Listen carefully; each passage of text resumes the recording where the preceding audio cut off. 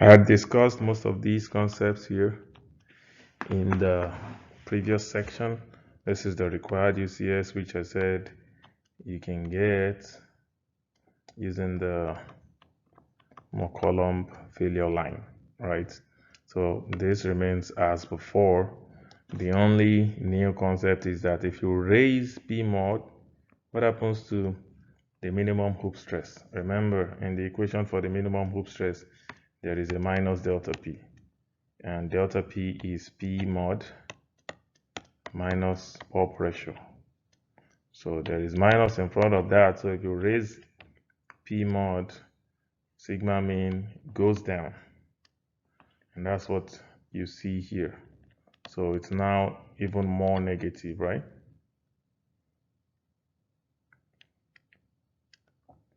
And that will induce fractures. And that's why they're called drilling induced tensile fractures. So if you raise P mod, this becomes even more negative, and it will promote those tensile fractures in what region? In direction of SH marked, right? In the region of least compressive stress around the well-bore wall.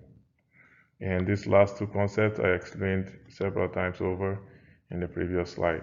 It's not a big deal, provided P mod is less than S3, so they don't propagate. It's just localized right at the well-bore wall, like so. It doesn't go deep into the formation. So it doesn't create drilling problems. It doesn't create hydraulic fractures. That's the difference between these drilling-induced tensile fractures and hydraulic fractures. Hydraulic fractures have to propagate, right? And to propagate, it has to open up. It has to open up against the least principal stress. And here we're looking at the image log again, and imagine a core taken from here. So that circle has been moved. I don't know why, but the circle should be around that point, around this point. And that's a core taken from the formation. So if you core this region, you're going to see a fracture in the core, right? And if you don't pay attention to the orientation of that fracture, you will assume it's a natural fracture, whereas it's what we induced based on the mod weight, right? We induce this, it's induced artificially, and you will interpret it as a drilling induced fracture. Sorry, you will interpret it as a natural fracture, whereas it is a drilling induced tensile fracture. So that's the important message here. Use your image log to figure out the direction or azimuth of the drilling induced tensile fractures.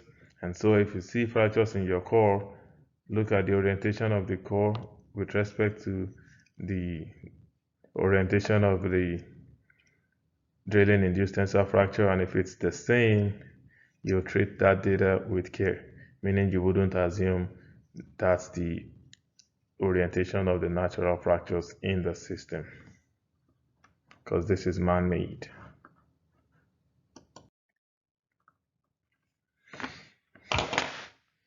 And the message on this slide is right in the title, that tensile fractures in vertical wells could indicate a strike slip faulting regime. And I had shown that in the previous section, right? That we typically will expect drilling induced tensile fractures in strike slip faulting regime. And here we show it mathematically. The condition for strike slip faulting regime based on the frictional faulting theory, which we looked at before, right here, right? Sigma 1, it came from sigma 1 over sigma 3 equals 3.1, because this is all 3.1. And if you rearrange that equation, well, you get this equation, right?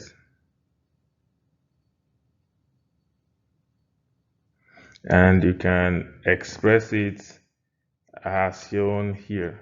So we do 3 SH mean minus 2 pore pressure, so you are left with 0.1 SH mean. Alright, we're just opening it up. 0.1 SH mean minus 0.1 pore pressure, right? So we put plus here, and this is SH mean, and that's the minus pore pressure. So that we can group this term together, which is similar to what you see as the condition for forming tensile fractures, which I had shown earlier, right? The condition for forming those drilling-induced tensile fractures under normal drilling conditions, meaning P mod being equal to pore pressure, is shown here. And if you make SH max the subject of that equation with tensile strength of the rock being approximately 0 because the rock is weak in tension, this is what you get. That's the 3 SH mean minus 2 pore pressure. So the condition for strike slip faulting is very similar to this, right? You see that? This term is identical to this. The only difference is this. It's the 0.1 times SH mean minus pore pressure. That's the only difference, which is small, right? Compared to 3 SH mean minus 2 pore pressure. And that's the conclusion here. That the similarity in the conditions above implies that if you see drilling-induced tensile fractures in vertical wells, you're probably in what faulting regime? The strike slip faulting regime. The equations are awfully close, right? And the reason I neglected C here already explained that why rock is very weak in tension. So the tensile strength is roughly negligible.